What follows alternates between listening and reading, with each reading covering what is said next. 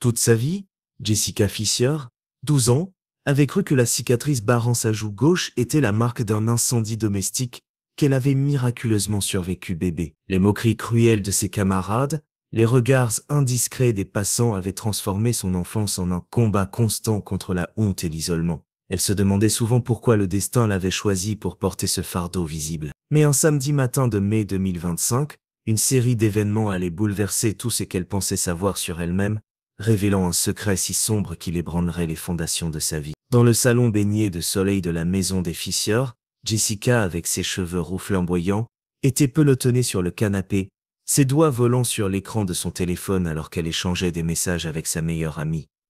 Le cliquetis rythmique de ses pouces sur l'écran se mêlait au grognement occasionnel de son père, James Fisher, un homme dans la quarantaine aux yeux bienveillants et à la barbe naissante, qui s'acharnait sur une porte de placard cassé. Il ajustait les charnières avec une concentration méthodique, jetant de temps à autre un regard attendri vers sa fille.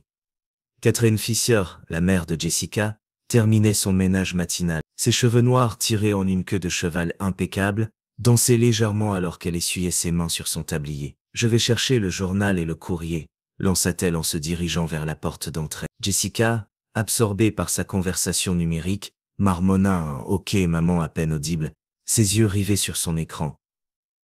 Quelques minutes plus tard, la porte d'entrée grinça à nouveau. Catherine revint, les bras chargés d'une pile de courriers, de magazines et du journal local. Elle posa le tout sur la table basse, commençant à trier les enveloppes avec une efficacité routinière. En jetant un œil au calendrier mural, elle s'adressa à Jessica. « Ma chérie, n'oublie pas, c'est aujourd'hui ton rendez-vous chez le dermatologue. » Jessica leva les yeux, surprise, son pouce suspendu au-dessus de l'écran. Elle avait complètement oublié. Avec un soupir, elle tapa un dernier message à Sophie, verrouilla son téléphone et le posa sur le canapé. « Combien de temps encore devrais-je y aller ?» demanda-t-elle, une pointe de frustration dans la voix. « Ma cicatrice est toujours là, elle ne change pas. » James, levant les yeux de son travail, répondit avec un ton paternel apaisant. « Ah, je sais que c'est difficile, ma chérie, mais elle s'améliore doucement, année après année. » Jessica haussa les épaules, peu convaincue. « À peine, » marmonna-t-elle. Puis presque sans réfléchir, elle ajouta « Peut-être qu'une chirurgie esthétique serait mieux. » Un silence glacial envahit la pièce. Catherine, choquée, posa son journal, ses yeux s'écarquillant. James se figea, son tournevis suspendu en l'air.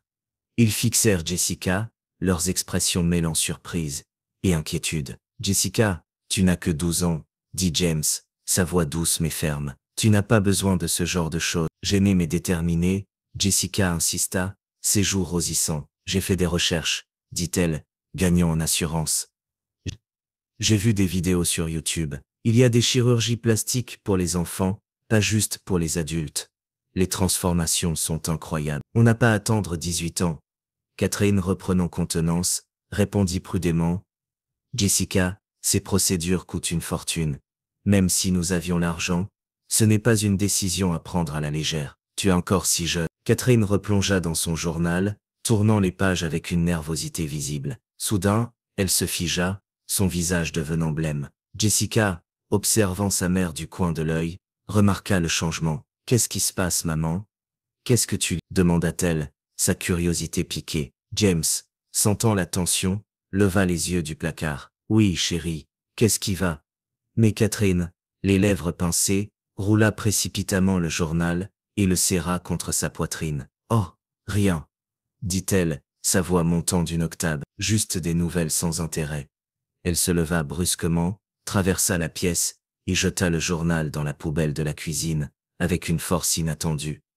Jessica échangea un regard perplexe avec son père. « Maman est vraiment bizarre aujourd'hui, » murmura-t-elle, un sourire amusé masquant son trouble croissant. James haussa les épaules, offrant un petit rire, mais ses yeux trahissaient une inquiétude qu'il ne pouvait dissimuler. Catherine revint, s'éclaircissant la gorge. « Jessica, tu devrais te préparer pour le bus, » dit-elle, changeant de sujet avec une insistance évidente. « Il pourrait arriver plus tôt aujourd'hui. » Jessica soupira, reconnaissant la tactique de diversion. « Ok, ok, » dit-elle, se levant du canapé. En montant les escaliers vers sa chambre, elle repensait aux mots de son père. « Tu es belle comme tu es. » Elle voulait désespérément y croire, mais chaque miroir, chaque photo, Chaque regard curieux d'un étranger lui rappelait la cicatrice, qui la rendait différente. Dans sa chambre, un sanctuaire aux murs bleus, pâle orné de posters de ses groupes préférés, Jessica attrapa une tenue confortable pour son rendez-vous. Les environs familiers, son bureau encombré de livres et de matériel d'art, le coin-fenêtre où elle aimait lire, lui offrait un réconfort fragile. En se changeant, son regard croisa involontairement son reflet dans le miroir empli. La cicatrice, une marque rosâtre légèrement en relief sur sa joue gauche, semblait plus proéminente que jamais. Elle soupira, détournant les yeux. Attrapant son téléphone, elle envoya un message rapide à Sophie. « Chez le dermato, on parle après. » Elle glissa son téléphone, son portefeuille, et une enveloppe usée contenant ses dossiers médicaux dans son sac, puis redescendit. James, rangeant ses outils, lui rappela de poser des questions au médecin sur son traitement et les effets secondaires de sa crème Topi. En passant par la cuisine, Jessica jeta un œil à la poubelle, où sa mère avait jeté le journal. Sa curiosité, attisée par la réaction étrange de Catherine, la poussa à vérifier. À sa surprise, le journal avait disparu. Perplexe, elle se demanda si sa mère l'avait sorti de la maison interdite. Une réaction qui semblait disproportionnée. Haussant les épaules, elle attribua cela à la nature surprotectrice de Catherine, et partit pour l'arrêt de bus. L'air doux de mai caressait ses joues alors qu'elle marchait, son esprit oscillant entre l'espoir d'un changement et la résignation face à sa réalité.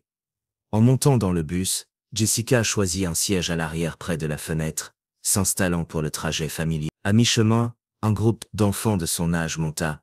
Elle ne les reconnut pas, probablement d'une autre école, mais leurs regards curieux et leurs chuchotements moqueurs la visèrent immédiatement. Jessica, habituée à ces réactions, tourna la tête vers la fenêtre, mais la douleur des railleries la piqua comme une vieille blessure rouverte. Elle rêvait d'une vie sans cicatrice, où elle pourrait rire avec ses amis, poster des selfies sans angoisser sur les angles et les filtres, vivre l'insouciance qu'elle enviait à ses camarades. Une vague de colère l'envahit. Pourquoi elle? Mais elle se calma, se rappelant l'histoire que ses parents lui avaient répétée, la chance qu'ils avaient eue de survivre à l'incendie qui l'avait marqué. Cette pensée la ramenait à la gratitude, même si une partie d'elle se demandait si une vie sans cicatrice n'aurait pas été infiniment plus facile.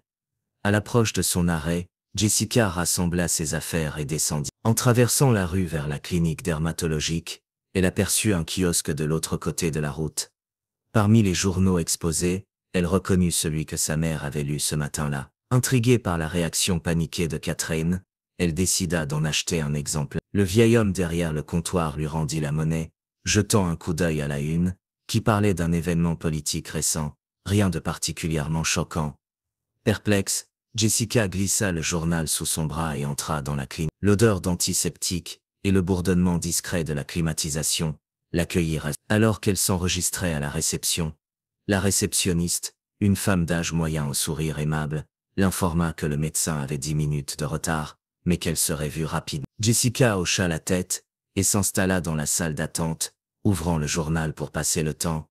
En feuilletant les pages, elle ressentit une étrange sensation de répit. Le journal masquait son visage, lui offrant un moment où personne ne pouvait voir sa cicatrice. Elle parcourut les sections, nouvelles locales, sport, divertissement, sans prêter beaucoup d'attention, son esprit revenant sans cesse à la réaction de sa mère. Qu'avait-elle vu pour paniquer ainsi? Presque par hasard, Jessica tomba sur la page des personnes disparues. Ses yeux balayèrent les visages et les histoires, chacune une tragédie silencieuse. Elle était sur le point de tourner la page lorsqu'une photo la figea. Une fillette aux cheveux roux flamboyants, au visage étrangement familier, la regarde. La ressemblance était frappante, la forme du nez, la courbe des sourcils, la position des lèvres. La seule différence était l'absence de cicatrice sur la joue de la fillette. Le nom Jenny Clark, disparu il y a 10 ans d'un orphelinat à l'âge de 2 ans.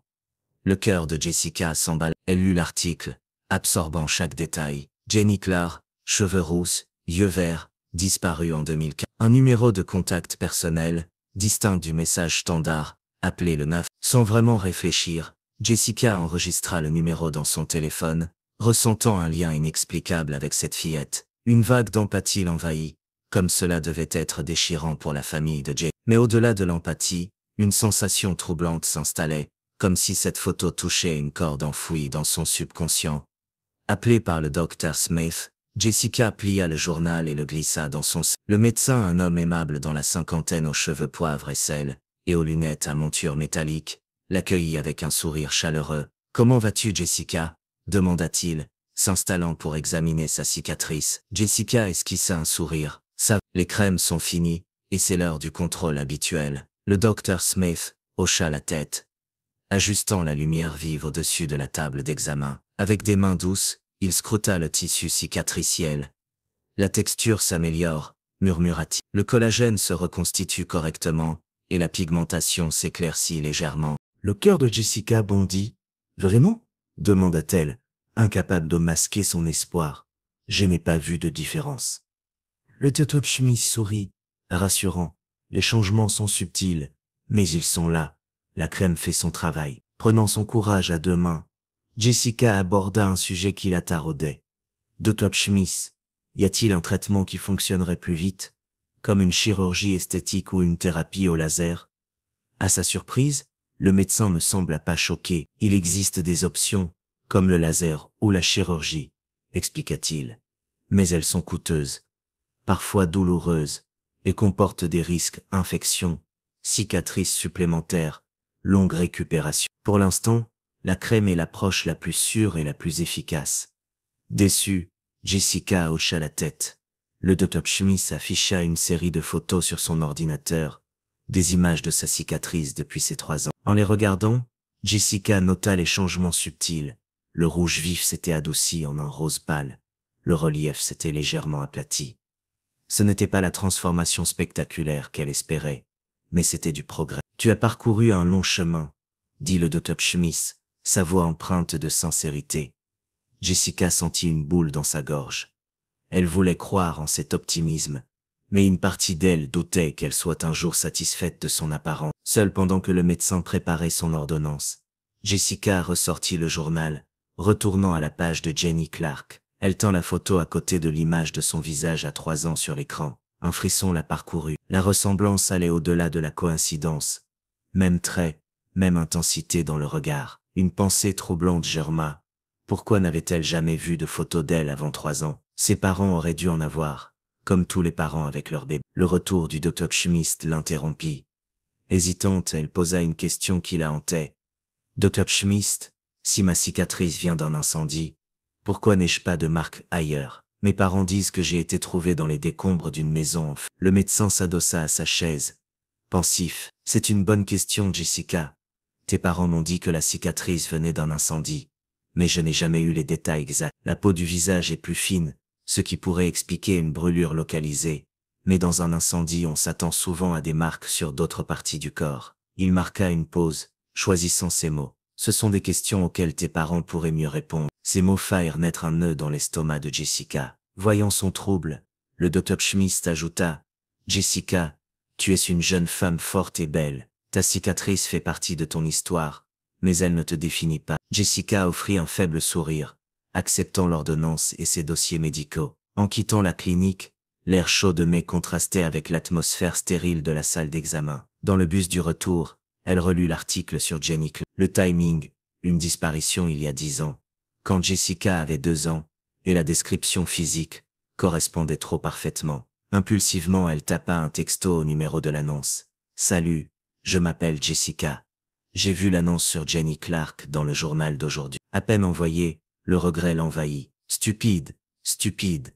marmonna-t-elle, enfouissant son visage dans ses mains. Mais le message était parti, et elle ne pouvait qu'attendre. À son arrêt, Jessica descendit, mais son cœur se serra en voyant un groupe d'enfants sur le trottoir, les mêmes que dans le bus. Leurs moqueries reprirent, plus venimeuses. « Regarde l'Afrique » lança une fille, la meneuse, un sourire cruel aux lèvres. Des années de frustration explosèrent en Jessica. Sans réfléchir, elle saisit les cheveux de la fille, qui cria de douleur. Un garçon riposta, frappant Jessica sur sa cicatrice. La douleur fut fulgurante, des larmes lui montant aux yeux. Avant qu'elle ne puisse réagir, la voix de James tonna. « Que se passe-t-il ici ?» Les enfants s'enfuirent, laissant Jessica tremblante. James, inquiète, examina la marque rouge sur sa joue. « Rentrons, on mettra de la glace. » À la maison, il appliqua une poche de glace, contenant à peine sa colère contre les brutes. Catherine, alertée par les pleurs, les rejoignit, horrifiée. « Oh, ma douce !» murmura-t-elle, enlaçant Jessica. Submergée, Jessica murmura Pourquoi moi? Pourquoi cette cicatrice? James la serra fort. Tu es forte et belle, cicatrice ou pas. Mais Jessica, lasse des platitudes, se referma, la douleur physique et émotionnelle se mêlant en un tourbillon. Elle aborda son rendez-vous, mentionnant la thérapie au laser comme option. Ses parents évasifs répétèrent que c'était trop cher, qu'ils économisaient pour son lycée. Quand Jessica parla des photos chez le médecin, Catherine pâlit. Des photos, bégaya-t-elle, ses mains tremblant légèrement. Jessica, agacée, insista. Pourquoi es-tu si bizarre, maman? Tu l'es depuis ce journal ce matin. James tenta de détourner la conversation, évoquant des soucis financiers, mais la tension était palpable, comme un fil prêt à se rompre. Seule dans sa chambre, Jessica, bouleversée, décida de rejoindre Sophie. Elle avait besoin d'un refuge, de réponse. Elle envoya un texto au numéro de l'annonce, puis appela Sophie, la voix brisée. J'ai besoin de te voir. Puis-je venir pour une soirée pyjama? Sophie, inquiète, accepta immédiatement. Déterminée, Jessica prépara un sac de nuit, chaque vêtement emballé comme un acte de défi contre l'atmosphère étouffante de sa maison. En descendant, elle annonça « Je vais chez Sophie, je prends le bus ». Ses parents, nerveux, échangèrent un regard chargé de mots non dits. « Il est 18 heures, Jessica, il fait tard, on te conduit », dit James, sa voix inhabituellement tendue. Quand Jessica exigea des explications sur leur comportement, ils évoquèrent le stress et les pressions du travail, leurs mots sonnant creux. Catherine lui tendit le journal, comme une offrande de paix. On n'aurait pas dû en faire tout un plat. Tiens, méfiante, Jessica accepta un verre d'eau chaude que Catherine lui offrit pour se calmer. Les mots de sa mère semblaient forcés, mais Jessica but, espérant apaiser la tension qui lui nouait l'estomac. Dans la voiture, une lourdeur inexplicable envahit Jessie. Les rues familières de son quartier devinrent étrangères, les maisons cédant la place à des routes bordées d'arbres. Ce n'était pas le chemin vers chez Sophie. Une alarme s'alluma dans son esprit, mais ses paupières s'alourdissaient, sa vision semblait. Réalisa-t-elle trop tard? Était droguée. Sa tête s'appuya contre la vitre fraîche, le soleil couchant à l'horizon peignant le ciel, en éclats de pourpre. L'obscurité l'engloutit. Jessica se réveilla dans le camping-car familial, entourée d'une forêt dense. La panique la saisit, chassant les brumes de la drogue. « Où sommes-nous? Pourquoi ?» demanda-t-elle, la voix rauque. James, assis sur un siège étroit, répondit avec un calme forcé. « On voulait passer du temps ensemble, ma chérie. Après la dispute, on a pensé qu'une escapade nous ferait du bien. » Catherine, perchée près de lui, hocha la tête. « Tu t'es endormi en chemin, tu devais être épuisé. » Jessica plissa les yeux, sa méfiance grandissant. « Je n'étais pas fatigué. Il est loin de l'heure de mon coucher. Il y avait quelque chose dans cette eau, n'est-ce pas ?» Catherine pâlit, sa voix montant d'une octave. « Quel non-sens. Nous sommes tes parents, Jessica. On ne te ferait jamais de mal. » Mais ses yeux fuyants trahissaient son mensonge. « Je veux rentrer, » insista Jessica se levant. « J'ai promis à Sophie d'être là. » James, saisissant son bras avec une force inattendue, lâcha. « Nous savons que tu as vu l'annonce de Jenny Clark dans le journal. On l'a fait pour ton bien. » Le monde de Jessica vacilla, comme si le sol s'était dérobé sous ses pieds. « De quoi parlez-vous » murmura-t-elle, bien qu'une partie d'elle redouta la réponse. Les larmes aux yeux, Catherine s'effondra sur une chaise. « Nous devons te dire la vérité, Jessie. Une vérité qu'on aurait dû te dire il y a longtemps, dans les confins exigus du camping-car, avec la forêt pressant autour d'eux comme une présence vivante. » James et Catherine révélèrent un secret qui brisa tout ce que Jessica croyait savoir. Elle était Jenny Clark, enlevée à 2 ans d'un orphelinat, par un réseau de trafic humain. James et Catherine, désespérant d'avoir un enfant après des années d'échecs,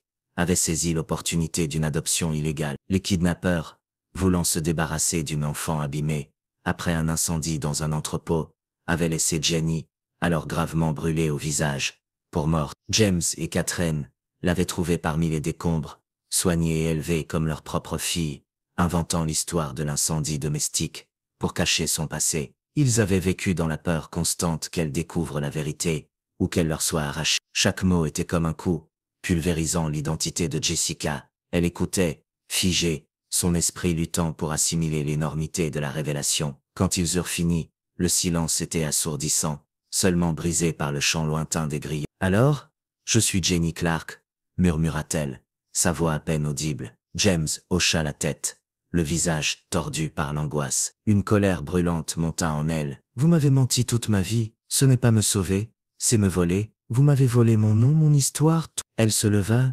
déterminée. « Je veux aller à la police, Je veux trouver ma vraie famille. James secoua la tête, sa voix dure. Tu viens d'un orphelinat, Jessica, tu n'as pas de famille là-dehors. La police te remettrait dans le système. Tu n'as que 12 ans, tu es mineur. Mais à cet instant, son téléphone vibra dans sa poche. Une réponse au texto, envoyé au numéro de l'annonce. Jessica le sortit, défiant ses parents du regard. Quelqu'un me cherche, dit-elle, sa voix gagnant en force. Pas un orphelinat, quelqu'un qui se soucie assez pour continuer à chercher après 10 ans. La panique traversa le visage de James.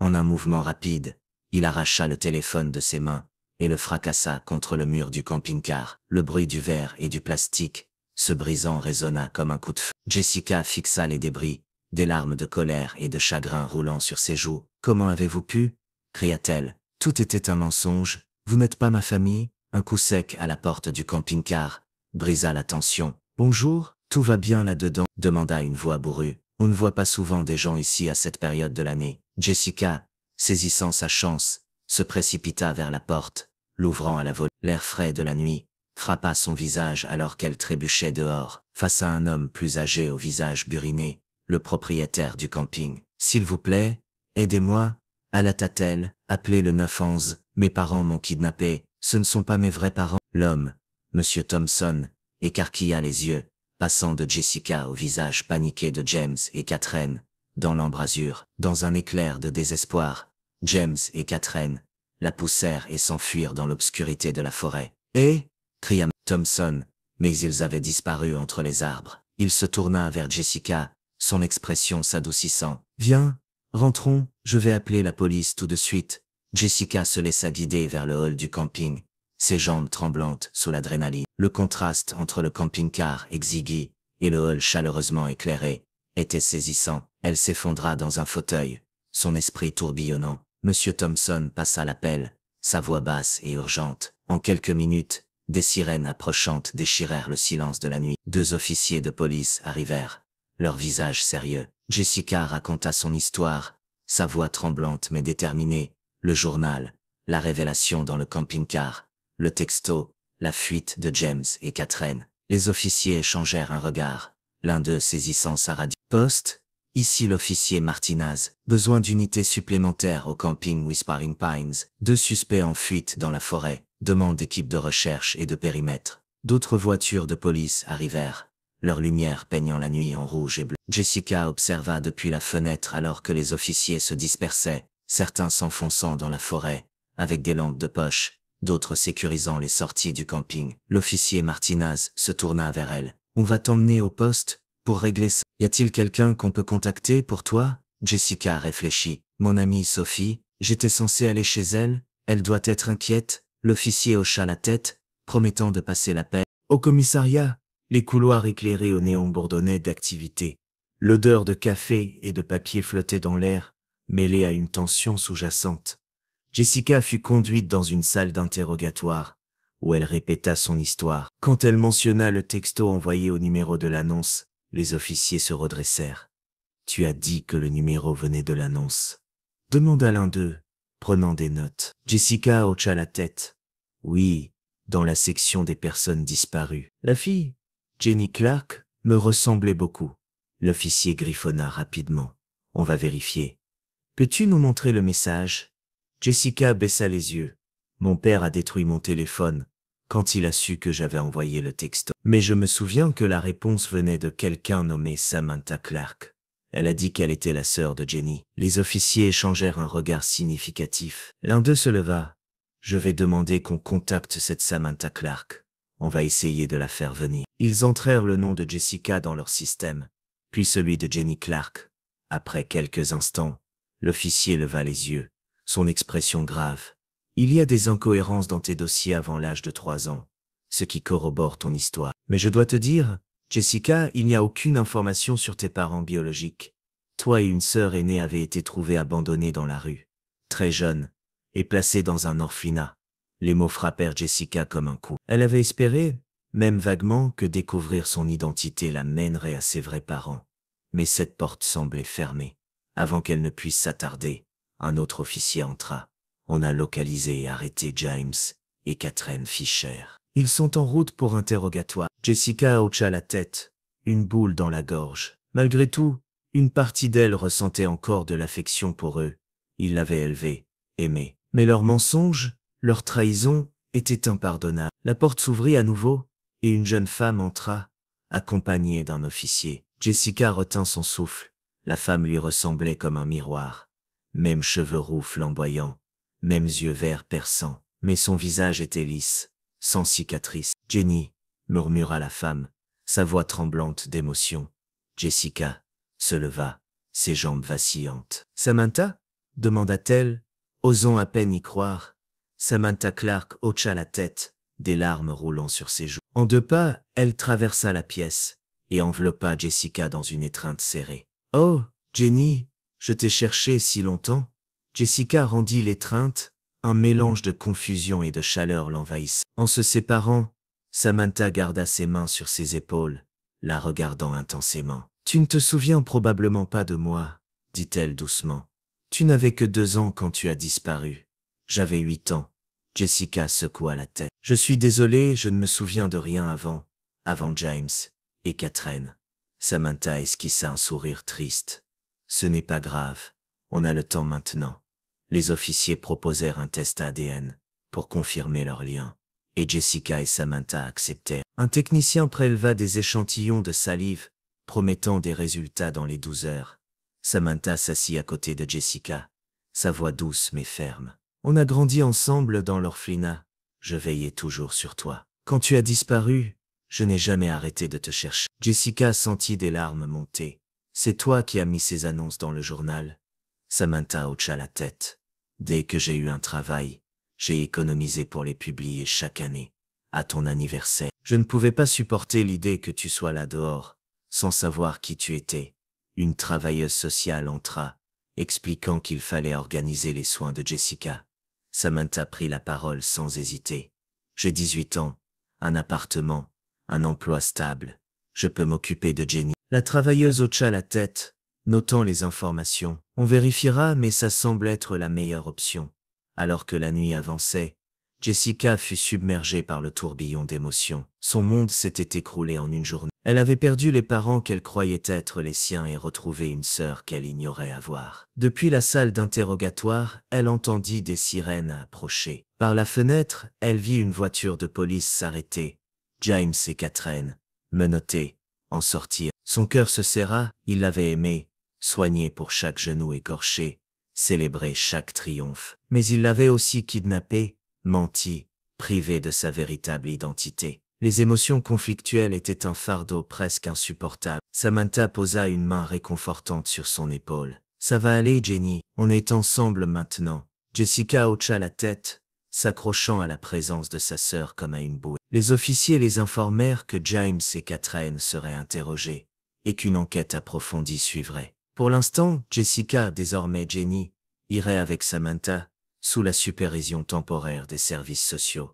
Les jours suivants furent un tourbillon. Le test ADN confirma que Jessica était bien Jenny Clark, la sœur cadette de Samantha. Les services sociaux, après une vérification de l'appartement et des ressources de Samantha, approuvèrent son rôle de tutrice. Jenny emménagea dans le petit appartement de Samantha, un espace modeste, mais chaleureux, rempli de plantes et de photos encadrées, dont une de 2 fillettes, dans un orphelinat, l'une rousse et souriante, l'autre plus jeune, avec une cicatrice naissante sur la joue. Jenny commença à reconstruire sa vie, un pas à la fois. Sophie, fidèle, resta à ses côtés, l'aidant à naviguer les complexités de sa nouvelle réalité. Les audiences judiciaires contre James et Catherine débutèrent, accusés d'enlèvement, d'adoption illégale et d'administration de substances, sans consentement. Jenny témoigna, la voix tremblante mais claire, racontant la vérité qu'elle avait découverte. Elle ne pouvait nier les années d'amour qu'il lui avait données,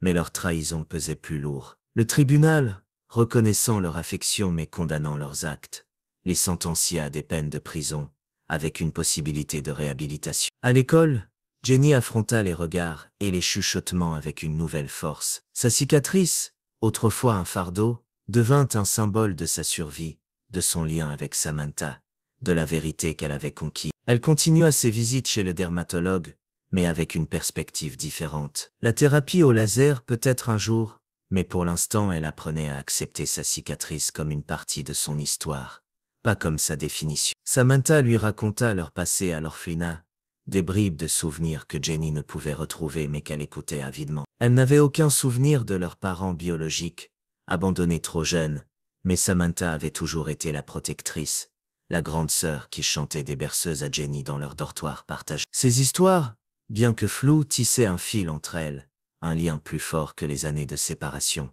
Un soir, dans leur appartement, Jenny traça distraitement sa cicatrice devant un miroir. Samantha, passant derrière elle, posa une main sur son épaule. « Tu es belle, Jenny. Pas malgré ta cicatrice, mais avec elle. C'est une partie de toi, de nous. » Jenny sourit, les larmes aux yeux. Pour la première fois, elle sentit ces mots résonner en elle, non comme une platitude, mais comme une vérité. Les mois passèrent, et Jenny s'épanouit. Elle rejoignit un club d'art à l'école, où ses dessins souvent inspirés par son voyage, ses cicatrices visibles et invisibles, attirèrent l'attention de ses professeurs. Sophie et elle planifièrent des sorties, riant comme des adolescentes ordinaires, même si Jenny savait qu'elle portait une histoire extraordinaire. Avec Samantha, elle explora des moyens de retrouver d'autres indices sur leur passé, contactant des associations pour orphelins, bien que sans grand espoir de réponse sur leurs parents. Le chemin était semé d'embûches, des cauchemars où James et Catherine la poursuivaient, des moments de doute sur son identité, des batailles juridiques pour officialiser la tutelle de Samantha. Mais chaque défi renforçait la détermination de Jenny. Elle n'était plus Jessica Fisher, l'enfant défini par un mensonge. Elle était Jenny Clark, survivante, sœur, artiste, une jeune fille qui écrivait sa propre histoire. Un an plus tard, à l'anniversaire de ses 13 ans,